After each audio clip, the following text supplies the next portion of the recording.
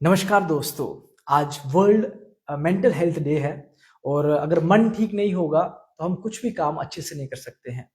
और आज की इस भागदौड़ जिंदगी में जो है हर कोई जो है परेशान है। और डब्ल्यूएचओ की रिपोर्ट की बात करें तो 100 करोड़ ऐसे लोग हैं दुनिया के अंदर जो मानसिक तौर पर अपने आप को ठीक नहीं मानते हैं या परेशानी है कहीं ना कहीं ये देखने को मिल रहा है। आज इसी विषय को लेकर हमारे साथ बातचीत करने के लिए डॉक्टर राजेंद्र कुमार जी हैं। असिस्टेंट प्रोफेसर हैं psychiatry department medical college Jammu में। और आज इनसे बातचीत करेंगे, कई सारे प्रश्न पूछेंगे और इस भागदौड़ की जिंदगी में हम लोग कैसे खुश रह सकते हैं इस पर भी बातचीत करेंगे। सर आपका बहुत बहुत स्वागत है। Thank you Pradeep ji. शुरुआत करेंगे लेकिन सबसे पहले मुझे लगता है जानना जरूरी है कि इस भागदौड़ की जिंदगी में हम जो है कौन कौन से ऐसे लोग देखते हैं जो मेंटली जो है लोगों को कहीं ना कहीं परेशान करते हैं लेकिन उनको कई बार पता भी नहीं होता है। देखिए, मानसिक जो परेशानी है वो तो बहुत किस्म की है। कॉमन मेंटल इलनेस से लेके सीवियर मेंटल इलनेस तक। तो करीब 10 साल पहले मेरे किसी कलीग ने एक बुक लिखी, हर 10वां भारतीय मानसिक रोगी। तो आज की डेट में ये बात करें तो हम कह सकते हैं कि हर 4 या 5 लोगों में से किसी एक को कभी ना कभी मेंटल हेल्थ इश्यू से गुजरना पड़ेगा। बिल्कुल। और चूंकि ये इतना प्रेवलेंट है वर्ल्ड वाइड, इतना प्रेवलेंट ये प्रॉब्लम है, तो इसको अटेंशन देना बड़ा ज़रूरी हो जाता है। तो कॉमन मेंटल इलनेस यानी कि जैसे बेचैनी से जुड़ी हुई समस्याएं, पैनिक अटैक कह लो आप, फोबिया हो सकता है, बिल्कुल किसी को दिन भर बेचैनी रह सकती है। तो जो भी एंजाइटी डिसऑर्डर, ये कॉमन मेंटल हेल्थ डिसऑर्डर्स हैं। डिप्रेशन हो गया। फिर सीवियर मेंटल इलनेस है, साइकोसिस है जिसको पागलपन बोलते हैं, साइकोसिस, स्किज़ोफ्रेनिया। फिर मूड डिसऑर्डर है जिसमें अत्यधिक तेजी आ सकती है या जरूरत से ज्यादा उदासीपन होना जो कि नॉर्मल सर्कमस्टेंसेस से एक्सप्लेन नहीं हो रहा। तो ये कॉमन मेंटल इलनेस से लेके सीवियर मेंटल इलनेस तक ये रेंज कर सकती है। नींद की समस्या हो सकती है, किसी को एडजस्टमेंट इश्यूज हो सकते हैं। ठीक है। और कोइंसिडेंटली इस साल की जो मेंटल हेल्थ डे पे थीम है, जो 10 अक्टूबर हर साल सेलिब्रेट करते हैं, तो इस साल की थीम भी उसी से जुड़ी हुई है कि mental health during emergencies, during catastrophes and emergencies. आपातकाल स्थिति में जो मेंटल हेल्थ इश्यूज आते हैं तो उनको कैसे डील किया जाए। तो आपने जैसे देखा ही अभी हाल फिलहाल में हमारे इंडिया में और जम्मू में इन पर्टिकुलर, पहले तो टेररिस्ट अटैक हो गया, फिर ये वॉर लाइक सिचुएशन हो गई, अभी फ्लड की सिचुएशन हुई। तो ये जो डिजास्टर हैं, कैटास्ट्रोफ्स हैं और इमरजेंसीज हैं, उनमें मेंटल हेल्थ इश्यूज को डील करना बड़ा जरूरी होता है। लेकिन एक चीज और देखते हैं कि एक समय था जब सोशल मीडिया नहीं था, लोग आपस में मिलते थे, घरों में जाते थे, रिश्तेदारों के साथ मिलते थे। लेकिन जब से सोशल मीडिया का जमाना अब देखने को मिलता है, 8-8 घंटे फोन पर लगे हैं। और उसके बाद फिर गुस्सा, बात करने का मन नहीं करता, मूड चेंज होता है। आपको क्या लगता है कि किस तरह से वास्तव में जो है प्रभावित कर रहा है, एक दिमाग को ये पूरा एक तरह से कैप्चर कर रहा है और इससे जो है आगे वाले व्यक्ति को पता ही नहीं चल रहा होता, धीरे धीरे उसका दिमाग जो है वो चेंज होना शुरू हो जाता है। कैसे देखते हो इसको? देखिए, सोशल मीडिया जो है it is a double edge sword. तो इसके अगर नुकसान है तो फायदे भी हैं, अगर फायदे हैं तो नुकसान भी हैं। अवेयरनेस जिसकी हम बात कर रहे हैं कि मेंटल हेल्थ डे हर साल जो मनाया जाता है, हम अलग अलग थीम्स लेके उस पर अवेयरनेस क्रिएट करते हैं। किसी साल हो सकता है सुसाइड को थीम लेके काम किया जाए। तो अवेयरनेस पे बहुत ज्यादा फोकस दुनिया भर में हो रहा है। तो जब लोग अवेयर होंगे तो वो मेंटल हेल्थ इलनेसेस के प्रति जागरूक होंगे और मेंटल हेल्थ सर्विसेज जो हैं उनके तरफ जाएंगे, तो उससे ठीक होने की पॉसिबिलिटी बढ़ जाती है। जब एक्सेस हो गया हेल्थ केयर को और अवेयरनेस भी है, वहीं पे सोशल मीडिया के नुकसान भी हैं। जैसे कि मीडिया में हो सकता है डिसप्रोपोर्शनेटली किसी चीज को दिखाया जाए जो उतना ट्रबलसम टाइम नहीं है, लेकिन उस तरीके से पेश किया जा सकता है तो लोगों में एंटीसिपेटेड फियर ये सब हो सकता है। मिस इन्फॉर्मेशन से बहुत सारी दिक्कतें आ रही हैं। लोग जो चीज नहीं शेयर करनी वो भी मीडिया पे शेयर कर दे रहे हैं, तो उससे मिथ्स क्रिएट हो रहे हैं, बहुत सारी मिस इन्फॉर्मेशन क्रिएट हो रही है। दूसरा, सोशल मीडिया जो है इन इटसेल्फ, जो गैजेट्स हैं, स्मार्टफोन्स हैं, ये अपने आप में एडिक्टिव नेचर है इसका। तो आप कैसे यूज करते हैं, कोई इंडिविजुअल इन चीजों का कैसे यूज करता है, कंट्रोल में यूज करता है कि नहीं, वो एक चीज बड़ी इंपॉर्टेंट है। लेकिन आजकल पेरेंट्स भी जो है छोटे छोटे बच्चों को फोन दे देते हैं, तो इससे लगता है कि उनकी सोचने समझने की शक्ति भी जो है कम हो रही है। लेकिन पेरेंट्स को लगता है कि बच्चा चुप हो जाएगा, फोन दे दो, गेम खेल रहे हैं, ऐसे करते करते घंटों बीत जाते हैं और फिर ये रूटीन और आदत बन जाती है। बिल्कुल ठीक कह रहे हैं आप। ये एडिक्टिव डिसऑर्डर्स की कैटेगरी में जब हम डाल रहे हैं इसको, स्मार्टफोन यूज हो गया, इंटरनेट यूजेज इससे रिलेटेड, गैम्बलिंग है, ऑनलाइन गैम्बलिंग है, तो ये सब एडिक्टिव नेचर है डिसऑर्डर्स का। तो उससे जाहिर सी बात है कि दिमाग पे उसके दुष्प्रभाव होंगे। अब वो कई बार तो इतने होते हैं कि वो फिर रिवर्सिबल भी नहीं हो पाते और इम्पल्सिविटी को ये जन्म देते हैं। तो अक्सर लोग अपने बच्चों को लेके आते हैं कि बहुत इम्पल्सिव हो रहा है, तो ये काफ़ी मतलब कॉमन कंप्लेंट रहती है। तो एक रीज़न उसका ये है क्योंकि इसमें जो जिस स्पीड पे वो दिमाग काम कर रहा है, डिस्ट्रैक्शन इतनी है, एक जगह पे टिक के वो नहीं कर फोकस नहीं कर पा रहा, तो उससे इम्पल्सिविटी को जन्म दे रही है ये चीज़ें।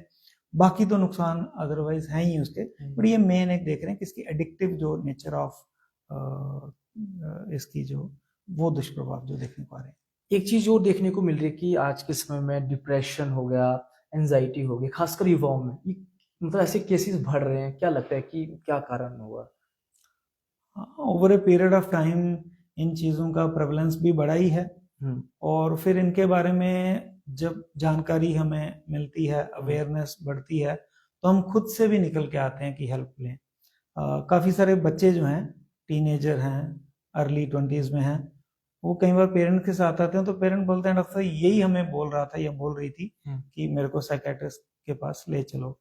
तो अवेयरनेस का एडवांटेज तो है ही हमें। तो अच्छी बात है कि लोग अपने इश्यूज जो हैं वो डिस्कस कर रहे हैं ताकि उनका हल निकल पाए। और विद टाइम ये मॉडर्नाइजेशन जो है उसके साइड इफेक्ट भी तो हैं ही। एक चीज और देखते हैं कि कई बार ऐसे युवा होते हैं जो किसी बात को लेकर जिंदगी में कुछ हासिल नहीं हो पाया, इतना अपने आप को डिप्रेशन कर लेते हैं कि खाने का पता नहीं, सुसाइड तक करने के लिए तैयार हो जाते हैं। ऐसी सिचुएशन में वो कैसे अपने आप को कंट्रोल कर सकते हैं, क्या लगता है? देखो, एक तो है कि प्रॉब्लम जो है कुछ तो नेचुरल डिजास्टर्स हैं, कुछ मैन मेड क्राइसिस हैं, तो उनके प्रति हमारा जो रिस्पॉन्स है अकॉर्डिंगली वो होना पड़ेगा। जैसे अनएम्प्लॉयमेंट है, तो अनएम्प्लॉयमेंट से बहुत सारी प्रॉब्लम्स जनरेट होती हैं। मेंटल हेल्थ इश्यूज उसमें एक फैक्टर है, मतलब एक उसका मैनिफेस्टेशन है जो मेंटल हेल्थ डिसऑर्डर्स है। तो उसको किसी ना किसी तरीके से यूज करना बहुत जरूरी है कि इंडिविजुअल अगर कहीं कंज्यूम नहीं हो रहा, प्रोडक्टिव एक्टिविटी में अगर इन्वॉल्व नहीं हो रहा, तो जाहिर सी बात है वो लोनलीनेस फील करेगा, उसके पास करने को कुछ नहीं है, तो चांसेस जो हैं वो मेंटल हेल्थ इश्यूज होने के बढ़ जाते हैं। आमतौर पर हमने सुना ही है कि खाली दिमाग शैतान का घर होता है। तो to be busy, to be a productive part of family, productive part of society is very important. तो आपको एक सेल्फ रेस्पेक्ट और डिग्निटी की फीलिंग आती है जब आप किसी एक्टिविटी में इन्वॉल्व होते हो। लेकिन आज का युवा इस और कम ही है, वो अपने आप को 10 लोग बैठे होंगे, 10 के 10 फोन चला रहे होंगे और अपनी जिंदगी उसी को अपनी जिंदगी मानकर वहीं पर समय बिता देते हैं। हाँ, ये भी है, वो स्टेटस को है, अनलेस एंड अनटिल कोई बेटर उसके पास ऑप्शन नहीं हो, या तो वो सर्च नहीं कर रहा है या कोई बता नहीं रहा बेटर ऑप्शन, तो उसको पता ही नहीं है कि क्या और किया जा सकता है, कि टाइम को कैसे यूटिलाइज किया जा सकता है। तो वो तो इजी वे आउट है, उसमें कुछ एनर्जी लग नहीं रही, आपको डेटा मिल रहा है और आप यूज कर रहे हो, फोन घंटों तक यूज हो रहा है। और ये इस डिवाइस का, इस टेक्नोलॉजी का ये एक डिसएडवांटेज है, वो हम पे है कि हम उसको कितना कंट्रोल कर पाते हैं। तो कुछ हद तक तो डिपेंडेंस हम सब में देखी जा सकती है, क्योंकि ये गैजेट की अपनी एक डिसएडवांटेज है। पर अगर अनचेक्ड चला जाए वो, हम अपने काम काज को साइड पे रख के इन्हीं चीजों में इन्वॉल्व हो जाए, तब वो ट्रबलसम या प्रॉब्लमेटिक हो जाता है। आपको क्या लगता है कि जैसे आज के समय में कोई मानसिक तौर पर अपने आप को परेशान महसूस करता है, तो उसको काउंसलिंग करनी चाहिए या कोई दवाई वगैरह डॉक्टर को चेक कराना चाहिए, क्या लगता है? सबसे पहले तो उसको कोई भी मेंटल हेल्थ प्रोफेशनल से राय लेनी चाहिए, चाहे वो काउंसलर हो, साइकोलॉजिस्ट हो, साइकियाट्रिस्ट हो। एक बार मेंटल हेल्थ प्रोफेशनल से जब एडवाइस मिल जाती है, तो फिर वो देखते हैं कि दवाई दें या ना दें। अगर दवाई से फायदा ज्यादा हो रहा है, नुकसान कम है, तो डेफिनेटली दवाई के लिए जाना चाहिए। और अगर वो काउंसलिंग से इम्प्रूव हो सकती हैं चीज़ें। हर चीज़ का तो हल दवाई नहीं है, और ये समझनी पड़ेगी बात की जो ह्यूमन इंटरेक्शंस हैं, ह्यूमन रिलेशंस हैं, ये हमेशा दवाइयों से सेट होने वाले नहीं हैं। इसको समझने की ज़रूरत है, डिस्कस करने की ज़रूरत है। मान के चलें कि आप जैसे जॉब प्लेस पे कोई इंसान किसी दिन बेटर फील नहीं कर रहा, तो अगर वो कम्युनिकेट ही नहीं करता ये फीलिंग या अपनी प्रॉब्लम शेयर नहीं करता, तो उसको हेल्प कहाँ से मिलेगी?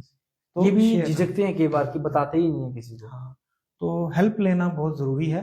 फिर दवाई से हो या वो काउंसलिंग से हो, अगेन मैटर डिपेंड करता है कि प्रॉब्लम तो कितनी है। ऐसी सिचुएशन में क्या लगता है कि परिवार और दोस्तों का कितना अहम रोल बनता है? ऐसा कोई व्यक्ति जो परेशान हो? परिवार का और फ्रेंड सर्कल का बहुत बड़ा रोल है। ये support, family support is very important. तभी जो हम बोलते हैं कि बायोलॉजिकल फैक्टर हैं कि कोई इंसान क्यों बीमार हो रहा है, किसी को वो क्यों प्रॉब्लम हो रही है, दूसरे को नहीं हो रही। बिल्कुल। ठीक है, साइकोलॉजिकल फैक्टर्स हैं। हर इंडिविजुअल के अपने सोचने का एक नज़रिया है, वो पर्टिकुलर वे में सोचता है। कुछ जो है वो प्रॉब्लम के प्रति ज़्यादा प्रोन होते हैं बाकियों के मुकाबले। वैसे ही हमारी सोसाइटी का, फैमिली का, फ्रेंड सर्कल का रोल है। वो जितना सपोर्टिव होंगे तो हम खुल के बात कर सकते हैं। कई बार तो होता है घर वाले बोलते हैं डॉक्टर साहब इसने कभी हमें बताया ही नहीं, तो वो इंडिविजुअल बोल रहे हैं डॉक्टर साहब कभी हमारे घर पे वो माहौल ही नहीं रहा कि हम डिस्कस करें। तो आपस में डिस्कस करना ये बड़ा ज़रूरी है, उससे हेल्प की पॉसिबिलिटी बढ़ जाती है। फ्रेंड सर्कल में अगर बात हो रही है, हो सकता है कहीं ना कहीं से कुछ चीज़ें हो सकता है उसी लेवल पे खत्म हो जाएं, डील हो जाएं। शेयर करना हर आदमी जो है वो पसंद करता है कि कोई उसको सुने। ठीक, हर किसी को जिसको भी प्रॉब्लम है वो चाहता है कि मुझे सुना जाए। उसको एक मरीज की हैसियत से ना देख के उसको एक इंसान की हैसियत से पहले देखा जाए, उसको सुना जाए। तो ये बहुत बहुत ज़रूरी है। तो एक आखिरी सवाल रहेगा, आज जैसे वर्ल्ड मेंटल हेल्थ डे है, एज ए डॉक्टर आपकी क्या राय रहेगी कि मतलब कुछ टिप्स जो आपको लगता है कि खुश रह सकते हैं हम लोग, जिन्हें अगर हम फॉलो करते हैं? क्योंकि इस भागदौड़ की जिंदगी में सब लोग परेशान हैं, ट्रैफिक चारों तरफ है, भाग रहे हैं, पैसा कमा रहे हैं, लेकिन मन कहीं ना कहीं खुश नहीं है। देखिए इसमें जो हर सिटीजन है उसको हक है कि वो अपनी लाइफ को टू द फुलेस्ट पोटेंशियल वो जी सके, and it is a responsibility of society at large और गवर्नमेंट की कि हर इंडिविजुअल की मेंटल हेल्थ का ख्याल रखा जाए। वो जो पोटेंशियल अचीव कर सकता है उसको वो करना चाहिए। तो ये तो कलेक्टिव रिस्पॉन्सिबिलिटी हमारे एक समाज की, गवर्नमेंट की हो जाती है।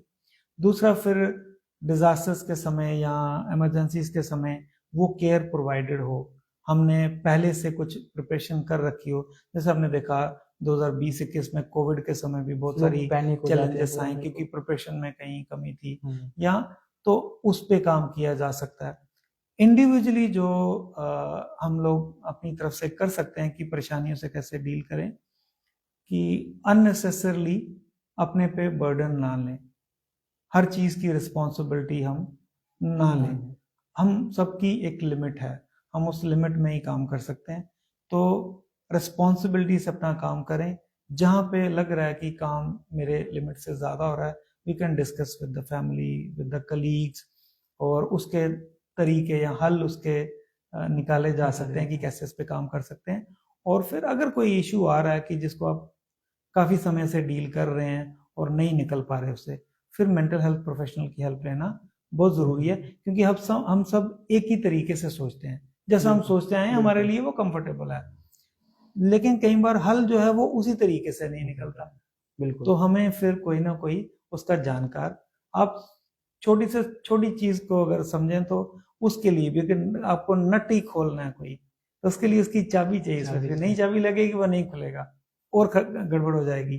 तो वैसे ही मेंटल हेल्थ प्रोफेशनल है वो ट्रेंड है इस मामले में कि कोई भी परेशानी है आपको उसका एक अल्टरनेटिव क्या सोल्यूशन हो सकता है, जो भी अल्टरनेट थॉट क्या हो सकता है, तो ये सब चीज़ें वो माहिर होते हैं तो वो आपकी हेल्प कर पाएंगे। तो इसलिए इंडिविजुअल लेवल पे एक तो खुद से उसको ये कोशिश करनी चाहिए कि जितना वो रिस्पॉन्सिबली काम कर सके अपना, with in the limitations. Her individual के अपनी लिमिट्स हैं, उसके अपने एसेट्स हैं, बिल्कुल उसके अपने लिमिटेशन है, तो दोनों को समझना जरूरी है।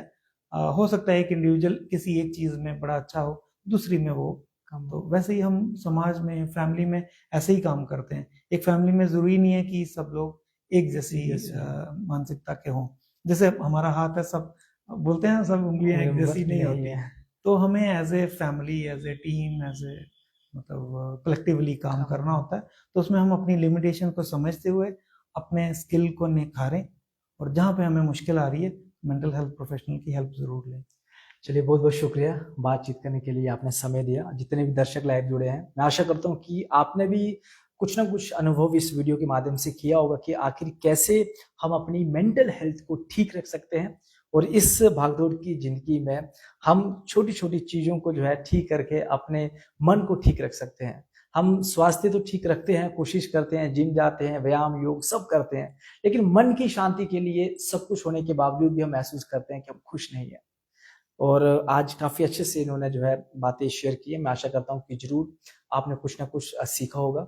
हमारी भी कोशिश रहती है कि क्या कुछ विशेष चल रहा है वो आप तक पहुंचाया जाए। इसी के साथ आप देखते रहिए जेके फैक्ट, वीडियो जर्नलिस्ट जसविंदर के साथ।